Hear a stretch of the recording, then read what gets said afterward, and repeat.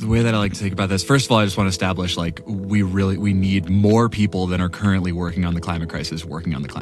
If I could snap my fingers right now and take us back to, call it 300 parts per million in the atmosphere, so like a pre-industrial concentration, we would still have a ton of ecological problems. We'd still have all sorts of issues with deforestation. We'd have issues with overfishing, like you name it. It would be amazing. We'd be in a much better situation, but it would not solve the problem. And I think at the root of it is fundamentally our view of our relationship with the natural world. What does it look like if you walk through a forest or a wild place, or even a wild-ish place like a park near your house, as if all the other beings there are aware of you, trying to communicate with you, and glad that you're there?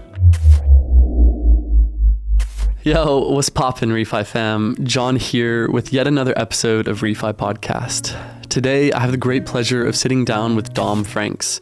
He is an executive leadership coach and a wilderness guide, taking people into the great outdoors, focusing on supporting climate leaders who are working with their entire life to try and solve complex existential problems and often feeling deeply disconnected themselves to nature, to the world around them, and to their highest calling. In this episode, we start off hearing a little bit about Dom's journey. He's got a background at Stanford, spent about 10 years training to become a professional golfer, worked himself at a renewable energy company, and ended up making the leap to become a full-time executive coach and wilderness guide, spending vast amounts of time in the great outdoors and learning how to connect with nature at a deeper level and help people really understand what their unique role in the regenerative transition really is. And to do this in a way that is in alignment with our own personal needs so that we can do this in a regenerative life that sustains energy internally and externally. We have seen so many people working in climate burn out as a result of the complex challenges we face. We spend so much time inside, and working on such a scary crisis can sometimes be overwhelming. People are faced with insurmountable obstacles on a day-to-day basis, and it can be really hard to keep those energy levels moving. I personally am really excited to check out Dom's VIVIFY Regenerative Leadership Program. This feels absolutely on the right path for me. If you want to learn more, check out Dom Francks, DomFranks.com/Vivify. He's running a retreat connecting leaders over a 12-week program with 8 days in the high Sierras. I personally have never done anything like this before and just feel the call of nature inviting me deeper into the wild. I hope you enjoy the show. Do reach out to Dom or myself if you have any input. And if you end up on the program, let him know where you found it. Take care, and yeah, we'll see you on the other side. Dom, how's it going, brother? Good morning. Great to be with you. Yeah, doing really well. It's a beautiful day here in Boulder, Colorado, and life is good. You're in Boulder. You're rocking the van life, calling in from Starlink. What are you doing out there in the wild, man? Yeah, the van is a new thing for me, and it'll probably be a pretty short chapter, but really enjoying it right now. And yeah, Starlink is incredible, enabling me to do work and be connected even while moving around quite a bit. Yeah, this winter I'm really doing a lot of skiing. Backcountry skiing is one of my favorite ways to spend time, and yeah, it's just an incredible way to experience the mountains. So that's like outside of work and other things that I'm focused on, that's like the real big thing that's lighting me up these days.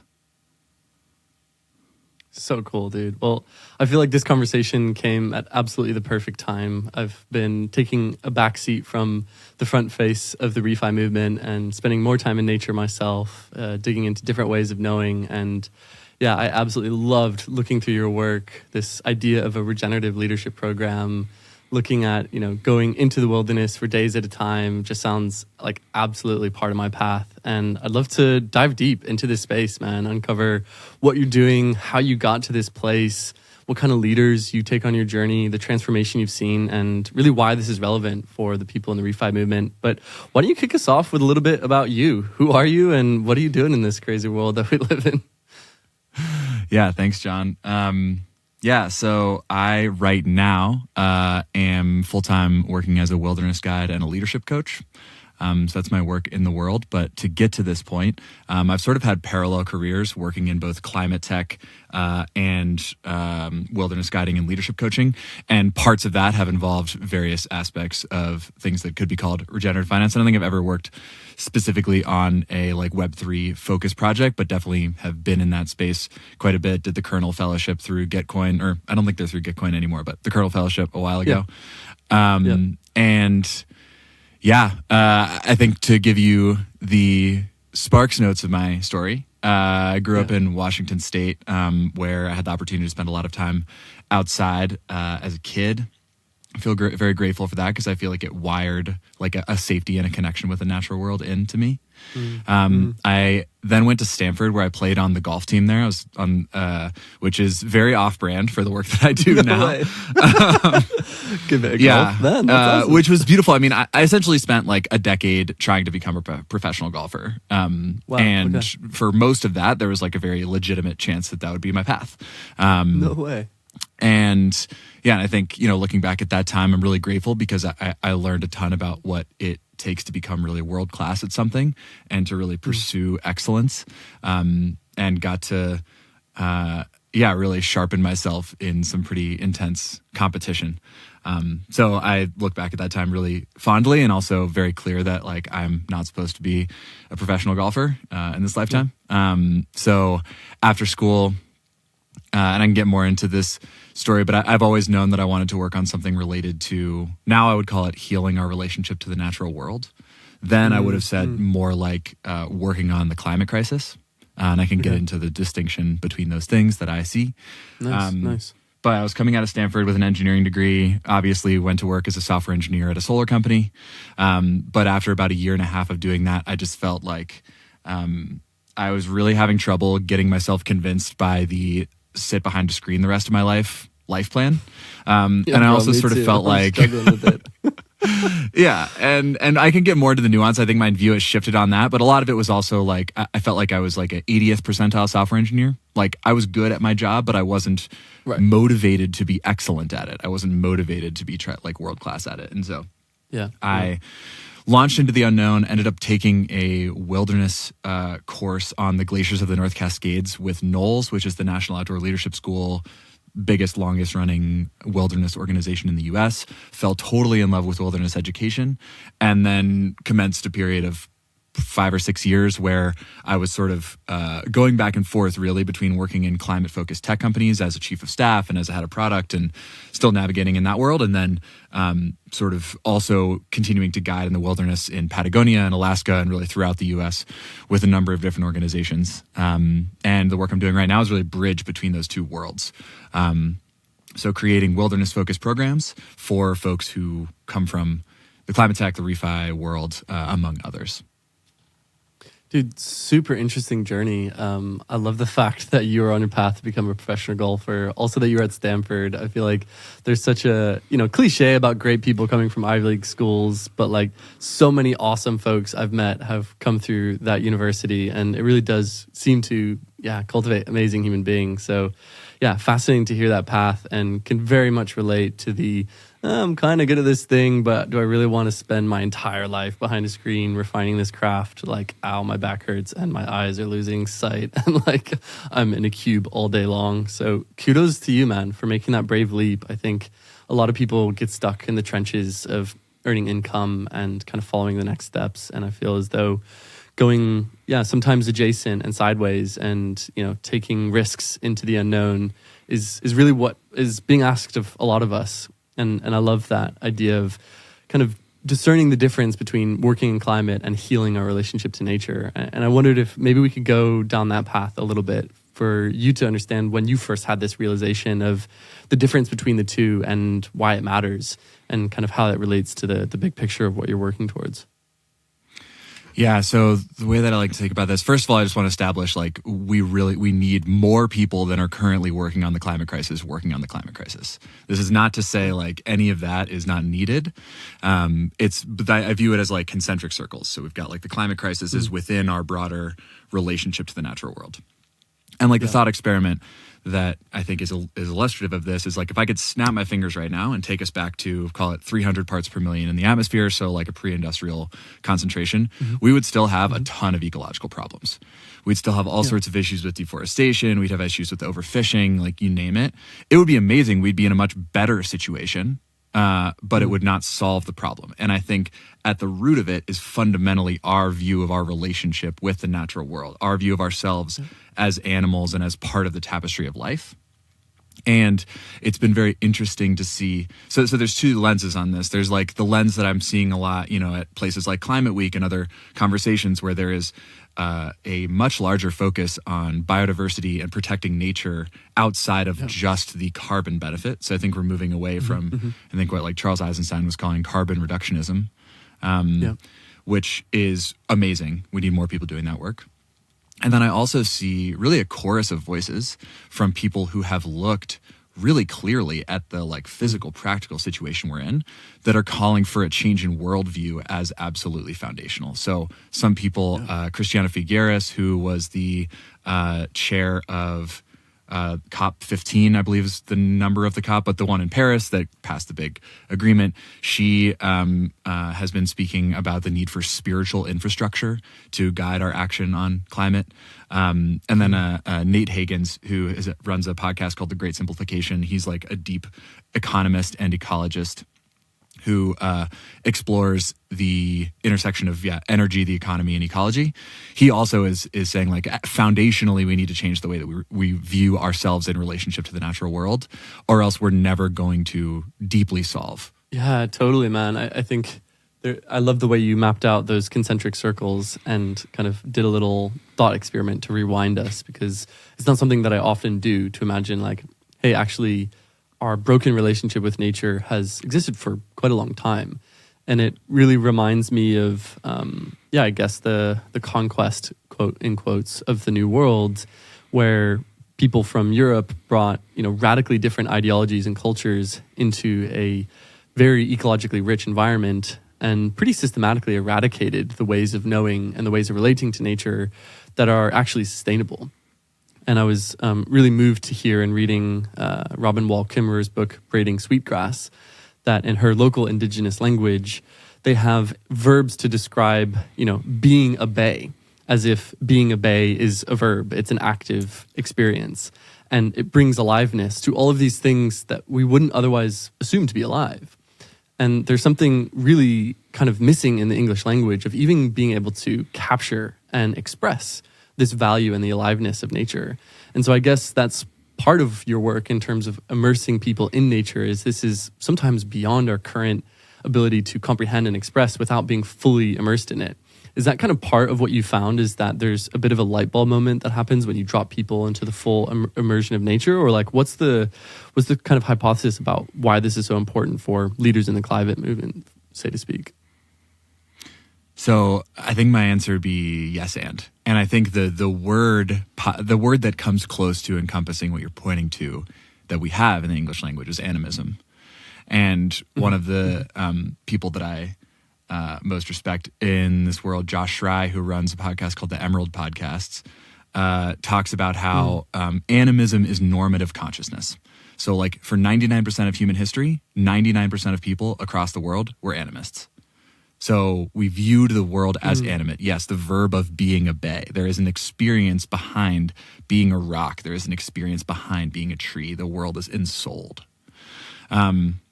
So to answer your question, I think there's levels of wilderness immersion, and this really maps like a journey that I've had with myself. So there's like the level that I first experienced on this Knowles trip I did in 2018.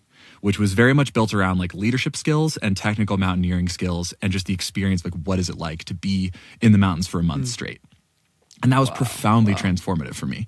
I learned so much about myself. I didn't want to come out. Like I hadn't looked at my phone in a month and I was like, I didn't want to leave at all.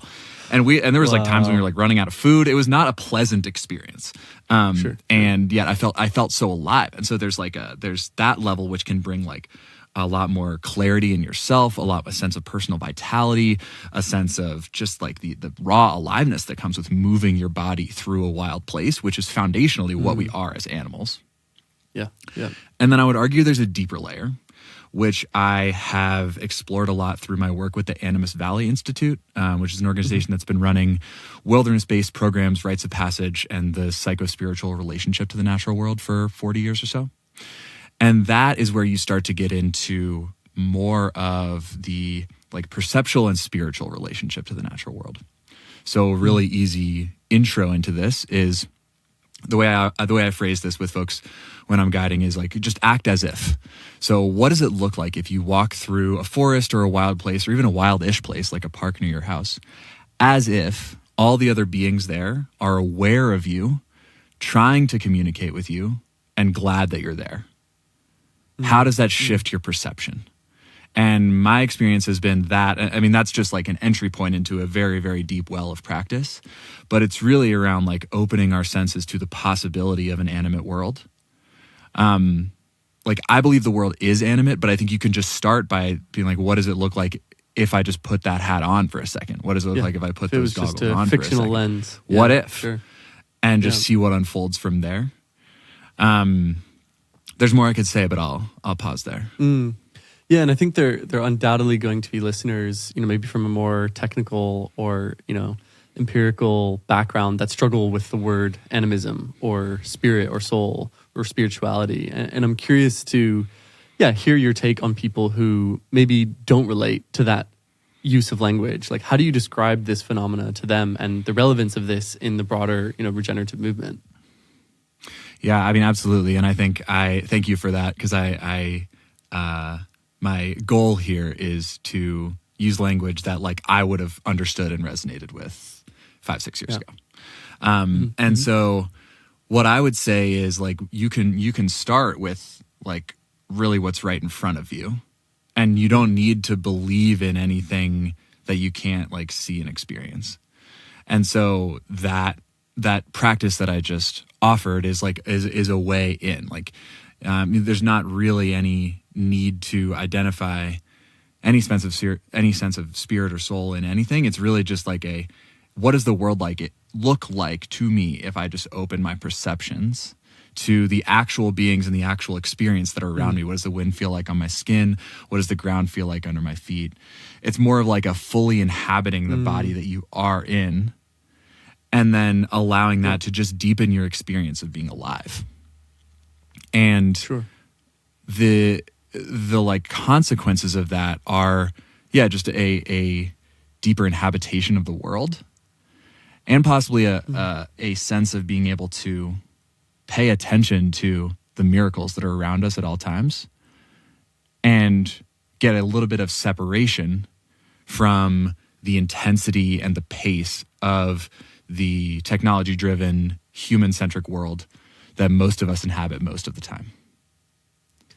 Yeah, and I guess it's also, you talk about, the embodiment, the lived experience of being in nature. This was our evolutionary paradigm for the longest period of time until recently.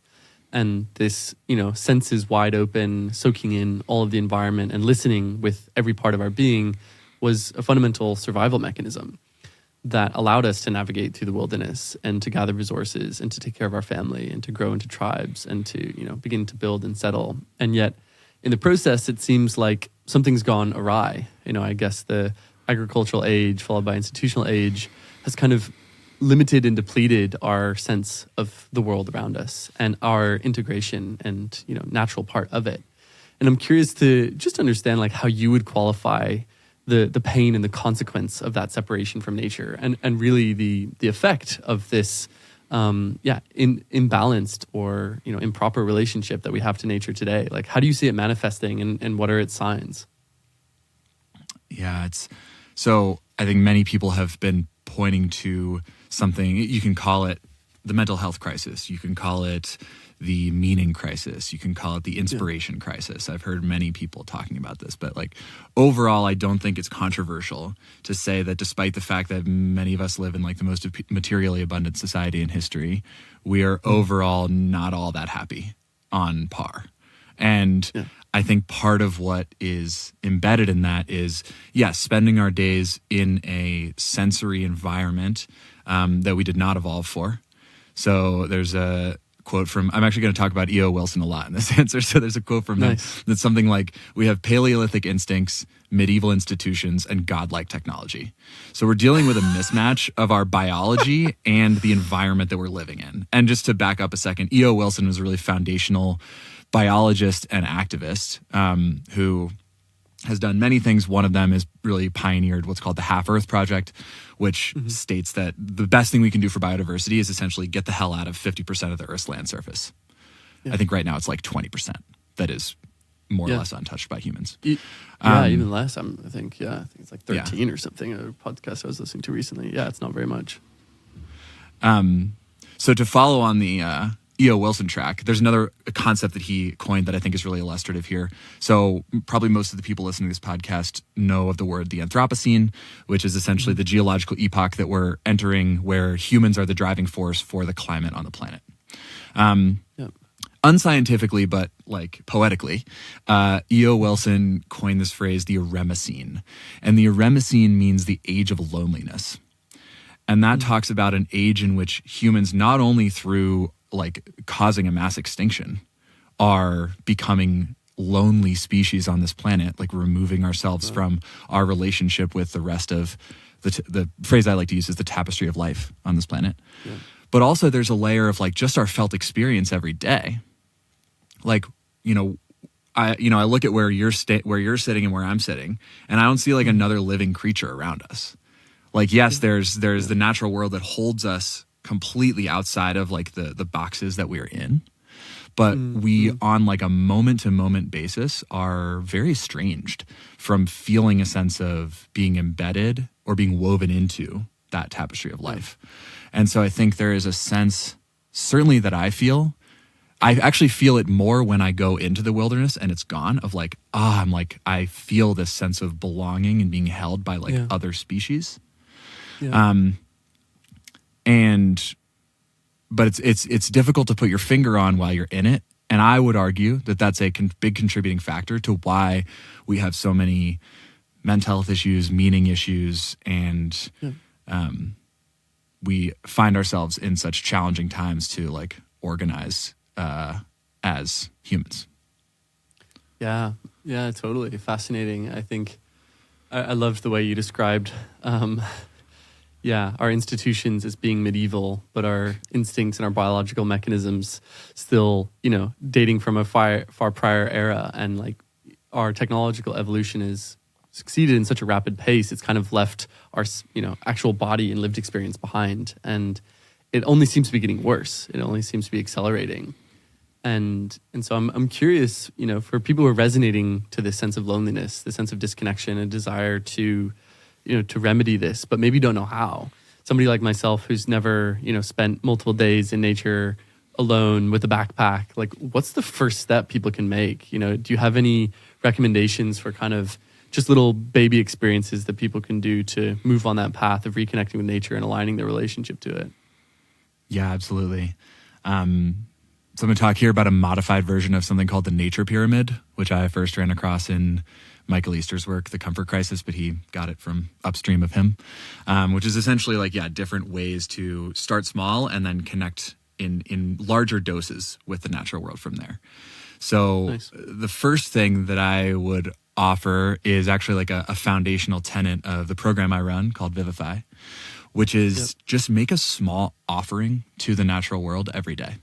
And that word might sound unapproachable or vague, but it can look like something like you're walking down the street, you see a tree, you put your palm on the tree and just take a couple of breaths with that tree and remind yourself of your like fundamental relationship and connection with all of the life on this earth and with that exact tree that you're with right there. It can look like I drink a lot of yerba mate. It can look like burying a couple leaves of mate in the ground wherever I happen to go as like an offering from one living thing to that place. And there are, you spoke about the indigenous traditions earlier. There's so many different animate traditions, but one thing that's common to most of them is some ritual around offering. There seems to be something important about offering. And so my belief is that in this modern world, we can all at least start by finding our own path to that. And it's really about the intention of like acknowledging your ever-present relationship with the natural world around you. So that's one thing that can take like 5 seconds a day that is meaningfully consciousness shifting. Yeah, nice. The next part of the pyramid I'd say is 20 minutes. So if when you take a 20-minute walk without your phone in a wildish place, could be like a city park. I'm sitting here like right next to the foothills in Boulder, so there's a bunch of trails that walk up into those foothills. After 20 minutes, there are like noticeable, and these are scientifically studied shifts in our physiology and our psychology. That is a sense of openness. We start to perceive peripheral vision more fully. We're able to hold our problems a little bit less lightly, and we're able to be refreshed to come back to the things that we're dedicating most of our attention to. So 20 minutes is sort of like a 3 or 4 days a week, maybe more, just getting that like immersion in the natural world. And there's also something particular about the fractals of the natural world that are meaningful here. It's like the natural world is organized in fractals, whereas our world is mostly organized at right angles. And so there's something meaningful that shifts in our consciousness by just being around trees and grass and things that are just architected in a fundamentally different way than the human-built world. So that's 20 minutes. The next layer down is like 5 hours. And you can think about that as like going for a longish hike. And if you can get that once a month, like that appears to be the scientifically studied like minimum viable dose. I would argue more is better. Come on. But the point here is like there's something meaningful. Again, there's another layer that like drops when you're 5 hours in, where you really start to feel like in a rhythm of just like, it's your sense of what you're doing starts to become like, not like I'm taking a break, and more like this is just what's happening. Like you have more space to open into the experience. And then the part that I'm most interested in is the 3-day effect, which is something really meaningful that happens on the 3rd day of a deep immersion in a wild place. And this is something that now has been scientifically studied, but before was like just a phenomenon that most like, and I've heard Knowles and Outward Bound instructors and other people talk about this for years, that like when you're on a course with, so the structure of a Knowles or Outward Bound course is you go out there with like 8 to 12 people, and you're out there for anywhere from a week to a month. And it is a noticeable thing what happens on day 3. There's like the first couple days there's like a lot of new factors. There's a lot of nervousness. It just sort of feels like there's maybe some dissonance. But on day 3, it almost always feels like there's just a relaxing into like, yeah, this is just what life is now. Like I am fundamentally an animal moving through a wild place. And you start to get some distance from the life that you came from.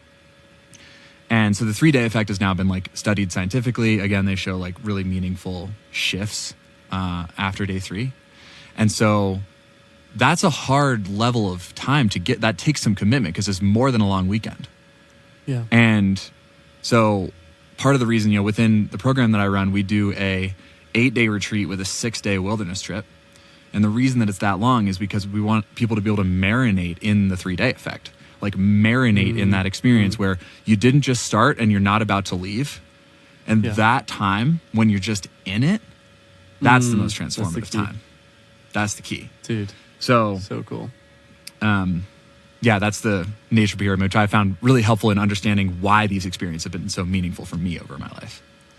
Yeah, absolutely. I appreciate you breaking it down. I think everything from the small steps to the several times a week to the once a month to the maybe once a year is so helpful because, everybody's juggling so many different responsibilities and it takes time to transition and to make this more a part of your life. And I'm sure you've made, increasing lifestyle changes to, enable yourself to spend more time in nature as you seem to have done. And I'm curious for people who are drawn to the kind of big leap, like tell us more about the Regenerative Leadership Program at VIVIFY. Who's it for? What is it like? And what is this actual topic that you're exploring of regenerative leadership compared to, any other leadership program? Yeah. I run the VIVIFY Regenerative Leadership Program.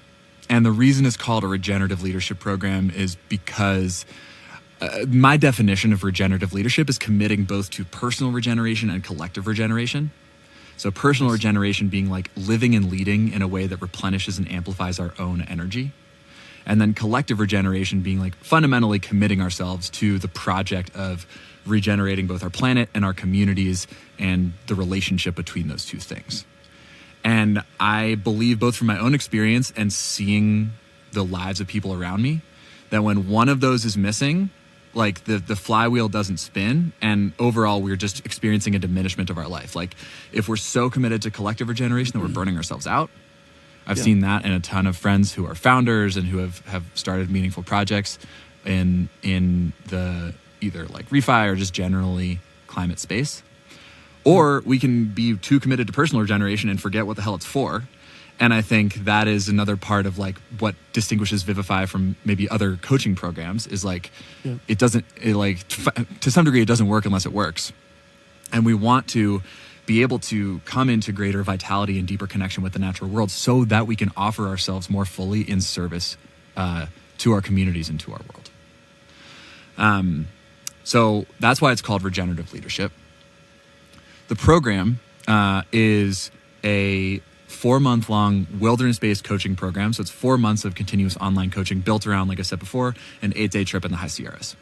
Now, The Sierras are my favorite place in the world, full stop. They're just absolutely stunning. I actually have a piece of Sierra granite around my neck right now that I just wear all the time. I love that. People see it and they think it's like a super woo crystal. And I'm like, it's actually just a piece of granite that I picked up on the trail in the Sierras last summer.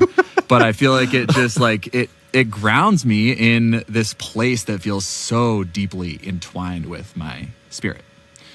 And I could wax poetic about the Sierras for an incredibly long time, but suffice it to say that I think they're the best mountains in the world for backpacking. They're really underexplored, even by people in the U.S. And I think there are some aspects of them that are meaningfully consciousness shifting in a different way than most other mountains in the world. So VIVIFY is the product of my years of working in climate tech and also as a wilderness guide. So working in climate tech, I just consistently saw that folks really had their heart in the right place, but we had all sorts of issues with people burning out and challenges around communication, and just there wasn't a sense of like this work being sustainable. And so the coaching portion of VIVIFY is really around like having a community to support in deepening our understanding of ourselves and how we operate in the world to enable us to do this work consistently and also to find our unique way of doing this work. And, you know, having the confidence to perhaps step out of something that is good enough, like I did with software engineering, and into something that is like profoundly aligned with like an image that I love is like, what is your ecological niche? What were you put on this planet to do in this moment? What if that exists? What would it be? So that's really like the coaching portion of VIVIFY is around exploring that. And then the wilderness piece is around deepening into that connection with the natural world and also all the things that I talked about earlier from the experience with Knowles, like more of a sense of personal vitality, having an epic adventure. Like I'm about to publish a Substack piece on something I call the primordial force of stoke. And it's essentially the thesis is like the word stoke captures something that is not actually captured by any other word. And it's like foundational to life. And when we miss it, it's easy to like not notice that we're missing it. So there's that aspect as well. And another reason that VIVIFY is structured the way it is because I've done a ton of standalone wilderness trips, like standalone week-long backpacking trips. And those are beautiful and amazing. And I, to some degree, doubt their like efficacy for actually causing lasting benefit for folks. I think it's very easy to have it be like, oh, that was a cool thing that I did a couple of years ago, and like, you know, show the pictures to folks, but there's not like a sense of like really having that experience drop into your body. Like another quote that I love is like, knowledge is a rumor unless it lives in the muscle. So by creating the space to both prepare and integrate for the wilderness trip, we're increasing the possibility that that experience will drop down and like live in the muscle. Totally. And actually ends up in transformation in people's lives, in their habits, their routines, the way they spend their money, the way they spend their time, and the organizations that they build. And I think this area is really fascinating to me because I totally feel personally inclined, like, yes, 100%, dude, I want to learn more. I want to see if I can make it work. High Sierras is pretty far from Lisbon, but like, I'm freaking sold, man. This sounds awesome. And I just, knowing people in the space, I think you've nailed it on the head. Like, there's so many of us who are really doing our very best, giving our all to make a difference to this very complex existential crisis with so many different sides and stakeholders and contingencies, and being on and online all the time. And it's hard, man. Like, it's a very volatile environment in Web3. The climate space, has so many different nuances. And, we're climbing an uphill battle and time's running out. So you not only have like the difficulty factor, but also the time scarcity and the like scale and magnitude of it. And so I think the idea of getting some distance with other leaders in nature, being able to soak into it after that 3-day threshold, and having the support of somebody like yourself who's gone through it and implemented the changes into your life, and to be able to see like, hey, how does this look for me personally? What does a regenerative life inside and out actually end up being for my life? Because it might be radically different from anybody else. And I think that's really the inspiration we get from looking at nature, is seeing how each species plays its unique role and is integral and plays, a contribution, both input and output of everything else. And I think looking more at the relationships that are emerging as opposed to the objects themselves is something super fascinating to explore. And in that thread, I wonder, what are some of the changes that you've witnessed in leaders that you've supported as a coach, as a wilderness guide? What are some of the life changes that you've seen, and also the impact in organizations, climate or otherwise, that have emerged from these types of programs? Yeah. So I think I'll speak about some clients that I've supported one-on-one here, because I think it's illustrative. So I actually last year had 2 clients that I was working with at the same time who had very similar situations.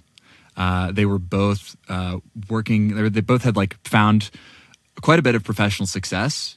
Had like outwardly were high level managers in meaningful climate companies, like doing work that really mattered to them.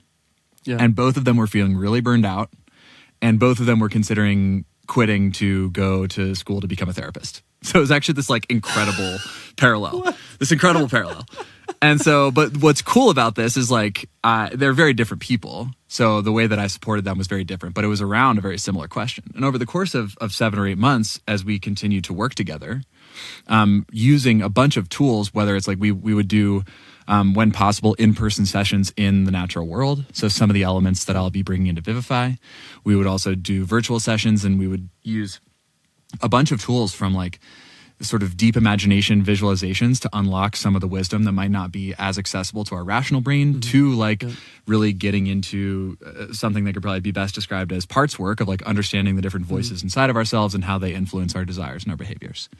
Yes. So through a number of different tools, after many months, they both landed in a real sense of clarity, but very different clarity. One of them was like, actually, I'm exactly where I'm supposed to be. There are shifts that I can make to make this job work for me. And like, I have the opportunity to make a meaningful change in the world and live a really inspired life right where I am. So cool. And so I was like able to support her in doing that. And then like a couple months later, she hired me to come give a leadership presentation to her whole team. So she was like weaving in a bunch of stuff that we had worked on together. So that was a cool story of like, I like to say when I first start working with folks, like, I'm not here to tell you to like upend your life.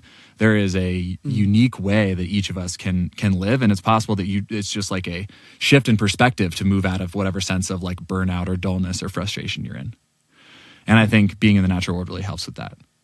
Now, my other client eventually did decide like, yeah, actually what feels most aligned for me is to step away and I need to work directly with people and build a tool set of tools that will allow me to like support folks in building communities that can weather the coming storms. And so then, I supported her in that transition, and now she's like well on that path. So the reason I share those 2 stories is to essentially illustrate like the value of asking questions about what we are most here to do as a way to like fully commit to whatever you are doing, rather than sort of being in this perpetual like state of feeling a little disillusioned, feeling a little bit burnt out, feeling a little bit frustrated, and not really able to experience the joy of full commitment. Yeah, so interesting, man. I love the illustration of those 2 clients in particular. And I think it's fascinating that they both at one point were looking at getting into therapy. And this brings up to me, the concept of trauma, that I would be curious to get your take, how this plays a role in both, the climate crisis and also this idea of healing our relationship to nature. And I'm maybe curious about your own experience of how these things interact, and maybe what regenerative leadership has to say about the role of trauma and inner work, collective work in this broader just transition that we're exploring. Mm-hmm. So I'll start by saying that there are many incredible modalities and trainings around trauma-informed care out there. That has yet to be something that I've done. So I'm a novice in this world. I have many people around me that are far more expert than me, but I'm happy to answer the question to the degree that I understand it. Cool. Yeah, for sure. Yeah. And I'd actually love to start with just a personal story, because I think there's this is a story that has been foundational for me for a long time. And I think recently some friends have been like, it sounds like you had a trauma response. So when I was in 6th grade, we watched the movie An Inconvenient Truth in class, which is like OG climate documentary made by Al Gore. And I was so scared that I fainted. Like my body in that moment, I remember like some image of like waves crashing on the shore when they were talking about rising sea levels. And then I woke up on the floor of the classroom. And it felt like the rug being pulled out from under my understanding of what the world was. Like I generally sort of thought the adults had it under control. And then all in one class session, essentially it was just like, no, they super don't. And, so friends of mine, I've told that story since, and friends of mine was like, it sounds like you had a trauma response. It sounds like your body was so affected by what you were learning that it's decided it wasn't safe to be there, and it just shut down. Mm-hmm. And so, like, the way that that's shown up in my life is there have been periods for me where I've dealt with like intense climate anxiety, really brutal and like pretty crippling. And another moment that was really illuminating for me around this was, I was doing a practice once where we had to teach a class on how to create the conditions in our life we said we didn't want. So it was something like I was like teaching a class on how to be perpetually dissatisfied with your career 101. And the first thing that you got to do to guarantee that you're going to be perpetually dissatisfied is pick an existential global problem and then make yourself implicitly solely responsible for solving it. And I realized that what I was doing as a response to that early experience was like, if the climate crisis isn't solved, I'm not enough and I'm not doing enough. And I've realized like that is not really a successful recipe for having a happy life or doing my best work, because it's operating fundamentally from like trying to solve a problem that there's no chance I'm going to be able to solve alone. And I think that's one of the challenges of doing this work, is we have to hold this paradox between the fact that like we cannot solve it alone. We might not even solve it, but we still have to do everything we goddamn can. Yeah. And there's like a beauty in the actual effort. So we wandered pretty far from trauma, but I think that's my experience around it.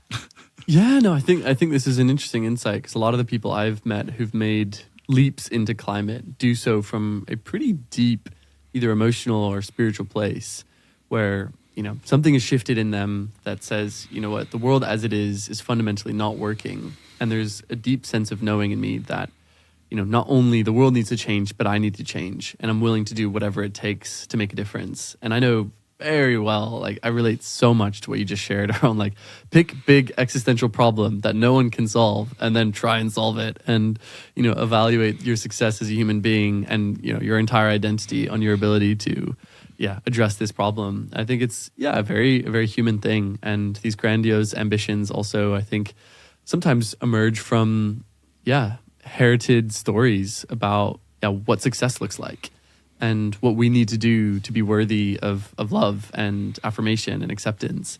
And I think you and I both growing up in super competitive environments in the United States, like this is pretty hardwired into us as at a young age. Only the first place really gets the prize, and everybody else is kind of like, oh, better luck next time. And yet we're now facing this crisis that fundamentally requires a totally different way of relating to one another in the context of this is no longer strictly competition. We have to somehow figure out a way to work together, to collaborate, to overcome apparent barriers and obstacles. And I think this is an area of exploration I'd love to dive into with, regenerative leadership, which is, how does this work enable us to work better together, either in a person-to-person context or in a person-to-nature context? And, what are some of the emerging tools or methods that you're seeing around just collaboration more broadly in this context of regenerative leadership? So I want to speak here about an experience that I had when I was co-facilitating a retreat for climate leaders last November. I was co-facilitating with my friend Brooks Barron, and we were really exploring essentially what does it look like to take climate action from a place where we believe nothing is wrong. And this is another what if question. This is another is it possible to just for a moment try on the possibility that everything is unfolding exactly as it's supposed to, and release our need to fix things.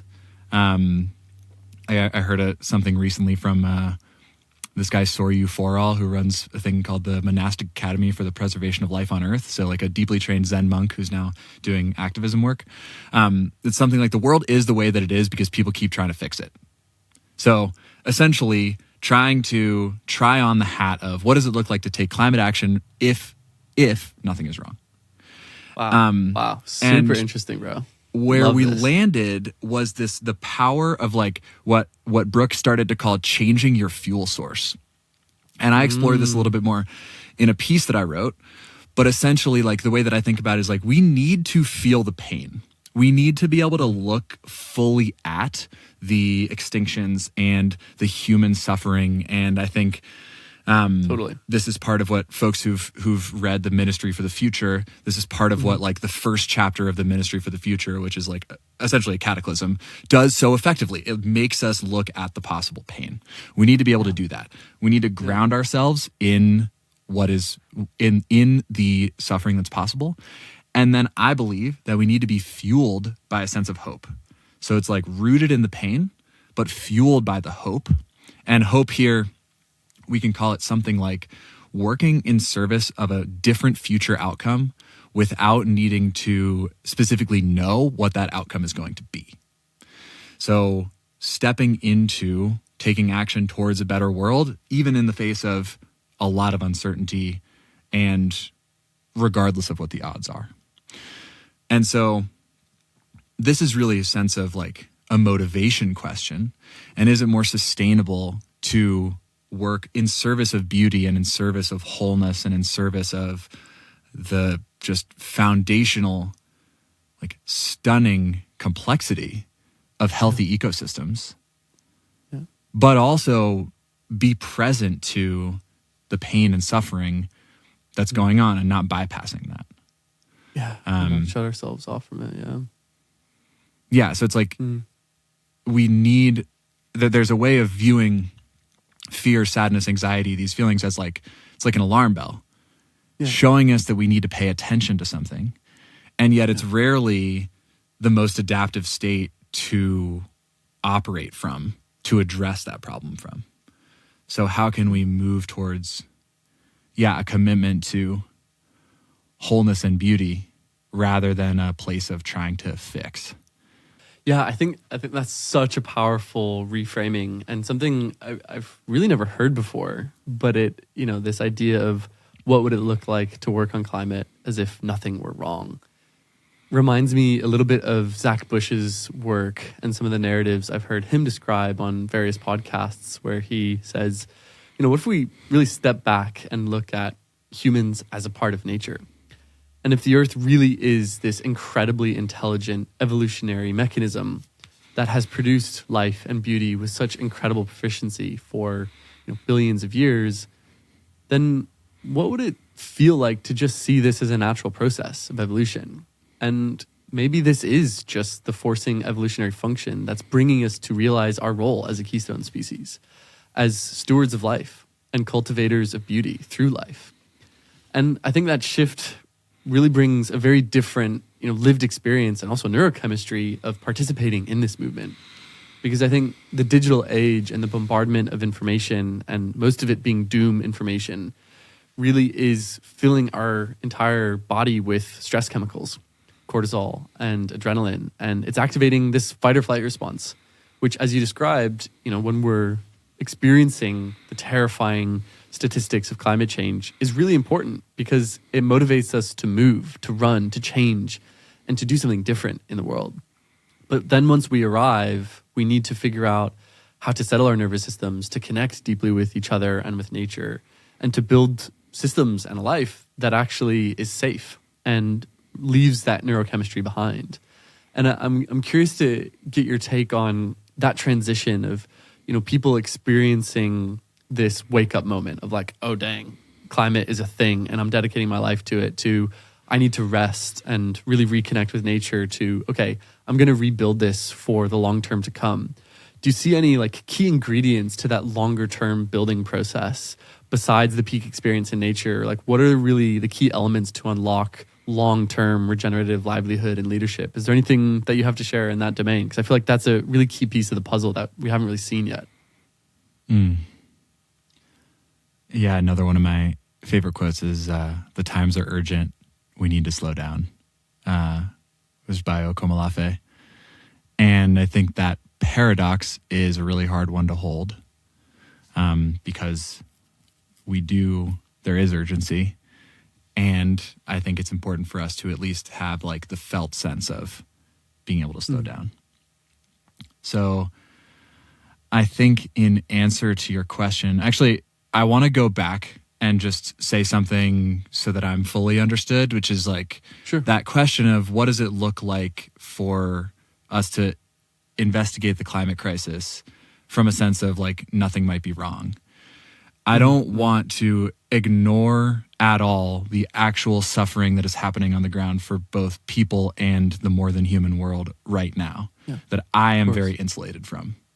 So it's very easy from like where I sit right here to be like, what if nothing's wrong?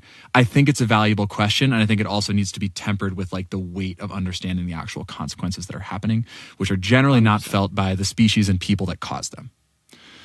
Yeah. And there's another point I want to weave in here, which is there was a paper written 15 years ago now, I think, by Charles Mann, who wrote like 1492 and a couple other books. And it was something about how if you put a bacterial culture in a petri dish that has no constraints on its like nutritional needs, every single time it will expand until it consumes all the food, and then the entire colony will collapse, no matter what. If there's no predatory constraints or environmental constraints, that's what happens. Wow. So the nihilistic perspective is something like, we're just doing that.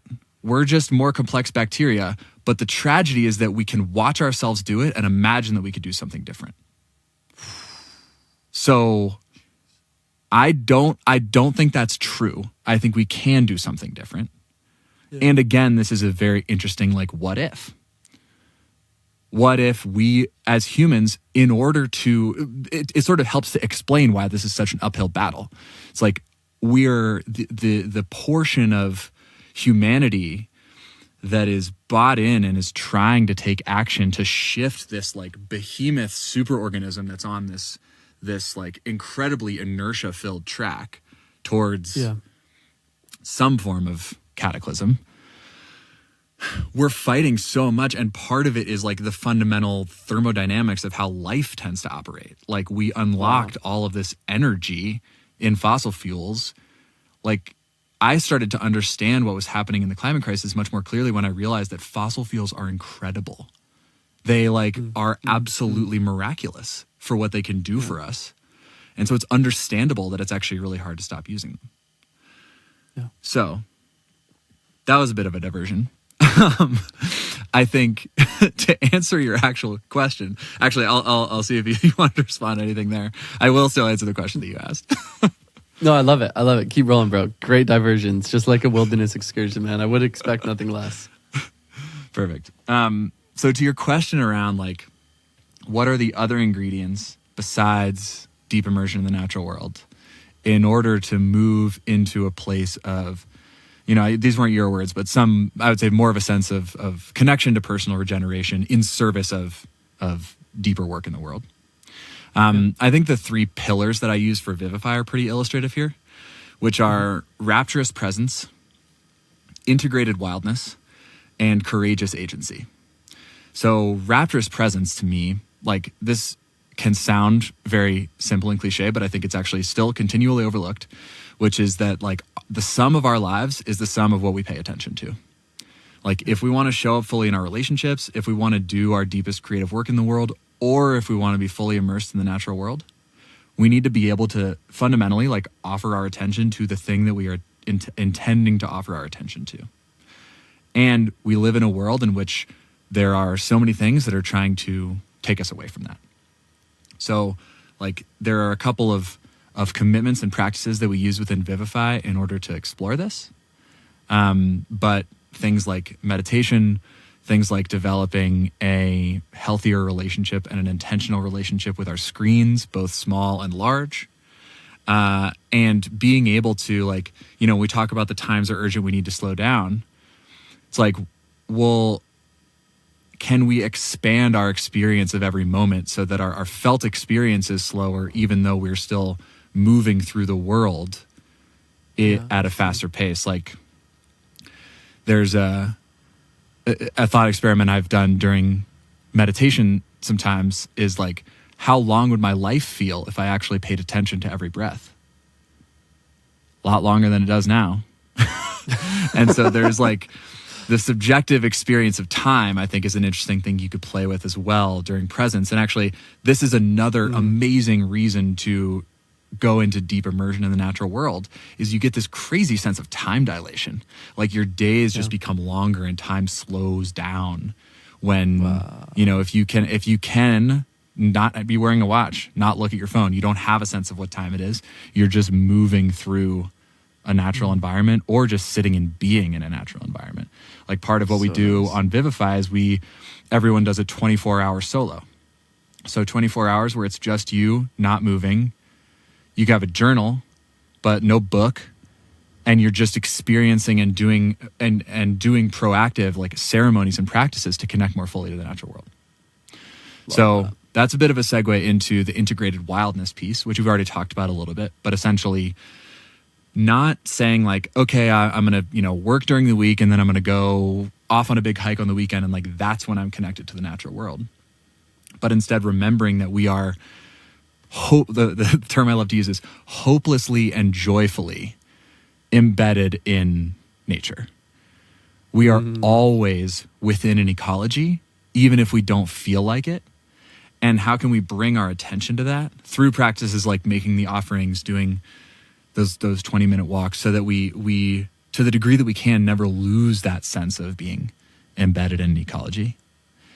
And then courageous agency we've spoken about as well, which is really from a place of wholeness and sufficiency, stepping into the authentic action that's being called through you into the world.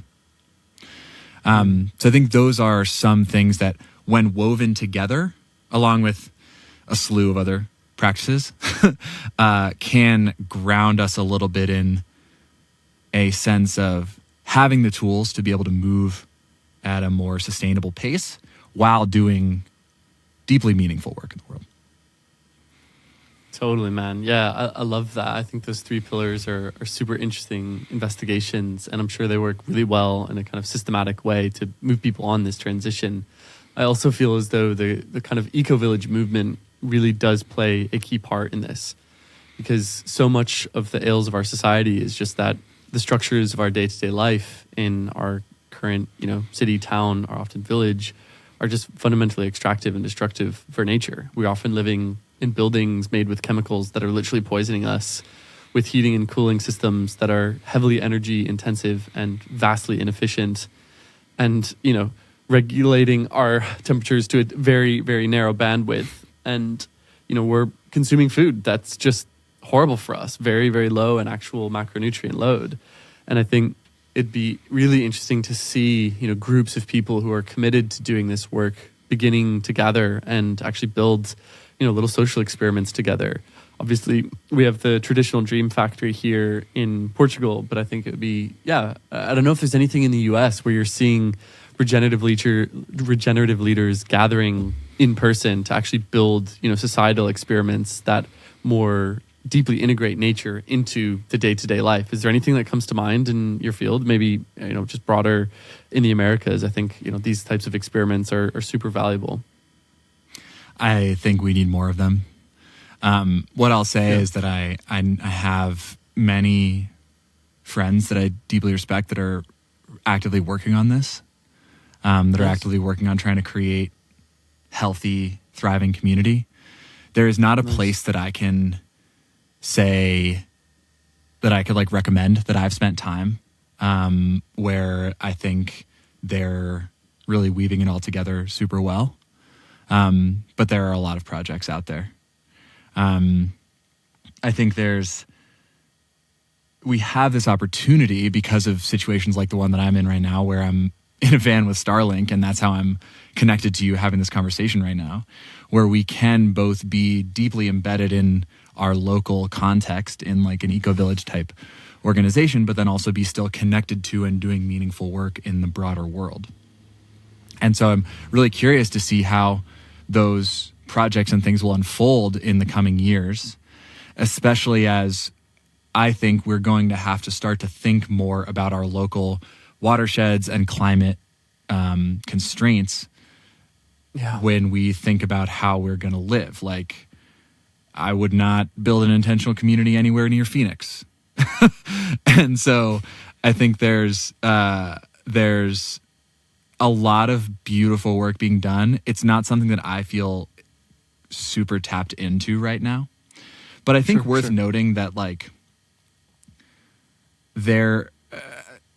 there's this feeling, I think, of the fundamental human way to live is within a village and connected to the land. And I think it's absolutely true that many humans, possibly most throughout history, have lived that way. But we've also had an incredible diversity of life ways.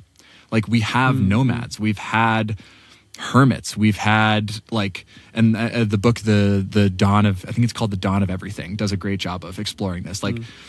Civilizations arose and then the people abandoned them and went back to being hunter-gatherers. We are much more fluid because they decided it sucked. And it was dependent on the environment. And all to say, I don't think there is a hierarchy between hunter-gatherer, agriculture, modern world. We're all just figuring out ways to human. But there's an interesting, so Kim Stanley Robinson, author that wrote The Ministry for the Future, also wrote a series of books called the Mars Trilogy. And towards the end of those books, which is, it's a political and social exploration of the consequences of terraforming Mars. Really what the Martian society starts to aim for is the welcoming and cohabitation of a diversity of lifeways. So what does it look like for us to have a technologically enabled spacefaring civilization next to a civilization that has chosen that the way that they want to human is to be feral hunter-gatherers? Next to a civilization of people that has chosen that the way that they want to human is to live in an eco-village and conduct traditional permaculture techniques. And is it possible for us to get to a place of enough respect and cooperation within ourselves to be able to allow people to pursue whatever they think is the deepest calling of their version of being a human without harming the other species around them, human and otherwise? And that last piece, I think, is the hard part. So I think this, again, a bit of a diversion, but I think when people talk about we shouldn't be trying to go to Mars, we should focus on, preserving Earth. I wholeheartedly agree that Earth is a far friendlier planet to live on than Mars. But if we're in a world where 1% of our global effort is going towards figuring out how to live on a multiplanetary basis and 99% is focused on preserving the Earth, I'm totally fine with that. And so it's I think that it's a guiding light for us could be something towards a diversity of lifeways, of which the eco-village lifeway could be a beautiful one, but not necessarily the only one, if that makes sense. Yeah, of course. Yeah, diversity in all its forms, man. Diversity maxi. I think there's a spectrum to pull there. Well, Dom, my friend, I've so enjoyed this conversation, man. It's been an absolute pleasure. I feel as though, we're kindred spirits in so many ways. And I personally would love to have a follow-up conversation and figure out if there's a way I can get involved in the work that you're doing, man. resonate on so many levels. But I just wanted to give you a chance to share, key dates, key ways to get in touch, anything else about, if anyone wants to get in contact or learn more about the work that you're doing. After a quick call to action, I think it'd be good to wrap up the show. Beautiful. Yeah, so the VIVIFY Regenerative Leadership Program launches on April 21st, and the wilderness trip is July 20th through 28th this year, like I said, in the High Sierras. We have an awesome cohort coming together, including some folks who are deeply embedded and doing really meaningful work in the climate finance world. So I think folks in the ReFi movement would be a great fit. If you're curious, the website's domfrancks.com/vivify. You can reach out through there or to me directly on, I don't know, maybe Twitter or wherever is the place that's easiest for you. And would love to have a conversation and share more. And John, I really appreciate the conversation. This has been so much fun. It's wonderful to connect with you, and look forward to continuing to interweave. Awesome, brother, man. Thanks so much. Say hey to Boulder, Colorado for us. Miss the good old Sunshine State, and looking forward to meeting in the flesh, man. Who knows, maybe in the High Sierras. That'd be a pleasure. Awesome. Yeah, thanks so much, John. Awesome. Take care, brother. Thanks so much for tuning in. I hope you enjoyed the show. I would be so incredibly grateful if you had a couple moments to leave us a 5-star review wherever you listen to your podcasts. This really helps us reach incredible guests and to gain traction with audience members just like you, who are looking for the right levers to make a contribution to this unfolding symphony of regeneration. Appreciate your time, and always do let us know what you think. If there's anything we can do to improve, drop us a note in the comments and we'll listen in and figure out how we can make this a service to this unfolding movement of regeneration. Thanks.